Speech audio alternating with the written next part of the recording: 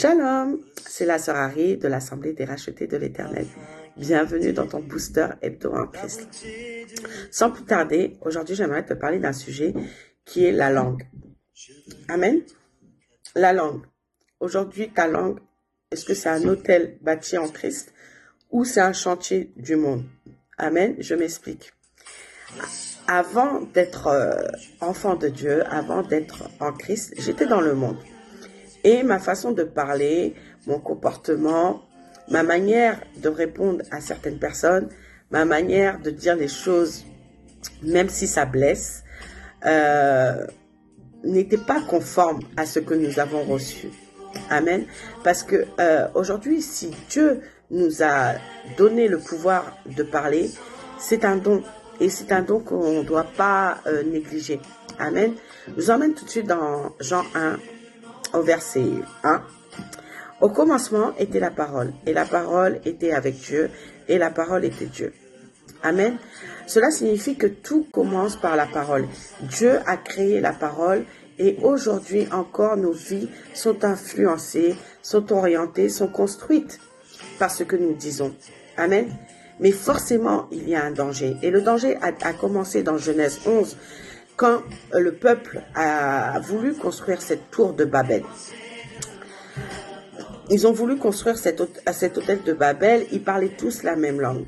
Et Dieu, pour les confondre et pour les disperser, a fait descendre un langage pour chaque personne.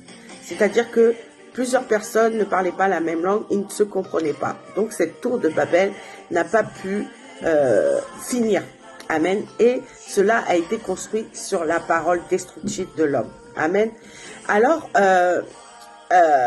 aujourd'hui, ce peuple-là qui a voulu construire cette tour de Babel, ils étaient unis. Mais leur unité était sans Dieu. Et Dieu a divisé cette unité par la parole. Amen. Alors, il a intervenu, il a confondu leur langage. Ce qui les unissait est devenu une source de confusion. Ils ne se comprenaient plus, ils étaient dispersés. Et cela nous enseigne une chose. Une parole sans Dieu mène toujours à la confusion. Amen. Et la Bible nous dit, alors on va aller dans Proverbe 18. Amen. Proverbe 18 au verset 21. Je lis la parole. La mort et la vie sont au pouvoir de la langue. Quiconque l'aime en mangera les fruits. La mort et la vie sont au pouvoir de la langue. Celui qui répond avant d'avoir écouté fait un acte de folie. Quand on se retrouve devant une situation et qu'on doit répondre, il ne faut pas réagir comme ça instantanément. Il faut prendre le temps de consulter le Saint-Esprit afin qu'il te donne la réponse adéquate à ta situation. Et ça s'appelle tout simplement de la sagesse. Et c'est ce que j'apprends et c'est ce que je suis en train d'améliorer sur mon chemin en Christ. Amen. Alors, bien-aimés frères et sœurs, toi qui m'écoutes aujourd'hui, ce n'est pas un simple outil, cette langue. C'est une puissance. Ce que tu dis peut construire ou détruire. Ce que tu dis peut bénir ou blesser. Ce que tu dis peut rassembler ou diviser. Maintenant, regardons dans Genèse 3, quand le serpent parle à Ève, elle écoute, elle répond à cette simple conversation qui entraîne la chute de toute l'humanité par la langue, frères et sœurs. Ce n'était pas un combat physique, non, c'était un combat de parole. Et allons aussi dans Matthieu 4, quand Jésus est face à Satan dans le désert. Amen. Satan parle. Il utilise la parole aussi. D'accord? Parce que c'est un menteur, c'est un copieur, c'est un manipulateur. On sait que tout ce qu'il fait, c'est que ça a été copié. Amen. Or, sauf que lui, il fait ça à l'envers. Et donc, dans Matthieu 4, quand Jésus est face à cette situation,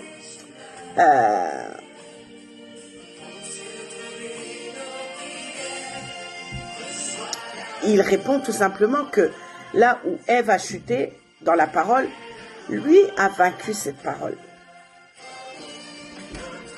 Lui a vaincu cette parole. Et maintenant, regardons aussi les disciples à la Pentecôte, acte 2, acte 2. Acte 2, je ne sais plus quel verset, pardonnez-moi. Acte 2, les disciples ont été réunis dans la même chambre haute, dans le même lieu, attendant la promesse de l'Éternel. Et soudain, le Saint-Esprit est descendu comme un vent impétueux, dit la parole. D'accord? Des langues de feu se sont posées sur chacun des disciples, des langues de feu. Et ils ont commencé à parler d'autres langues selon ce que l'Esprit Saint leur avait donné. Amen.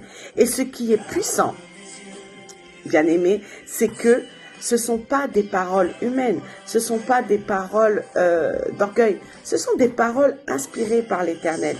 Et la foule était là, ce jour-là, la foule était là, venant de plusieurs nations, d'accord? Et chacun a reçu son message parce que les disciples parlaient plusieurs langues, parlaient leur propre langue.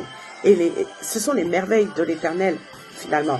À Babel, les langues ont été divisées. À la Pentecôte, les langues se sont unies. À Babel, les hommes veulent monter vers Dieu. C'est pour ça qu'ils ont construit cette tour. Et à la Pentecôte, Dieu est descendu vers les hommes. Amen. Alors, on comprend ceci. La langue peut être Babel ou Pentecôte, autel ou chantier. Elle peut disperser ou rassembler. Elle peut détruire ou édifier. Amen. C'est pourquoi nous devons apprendre à consulter le Saint-Esprit avant de parler. Ne pas parler sous l'émotion. Ne pas répondre sous la colère. Ne pas répondre dans la précipitation. Et ce booster, je le prends aussi pour moi-même. Car celui qui contrôle la langue contrôle les décisions, contrôle ses relations et finalement sa destinée. Alors aujourd'hui, pose-toi cette question. Est-ce que mes paroles construisent ou elles détruisent? Est-ce que quelque chose de positif va ressortir de mes paroles à partir de cet instant? Amen. Que ta bouche soit pas une tour d'orgueil. Amen.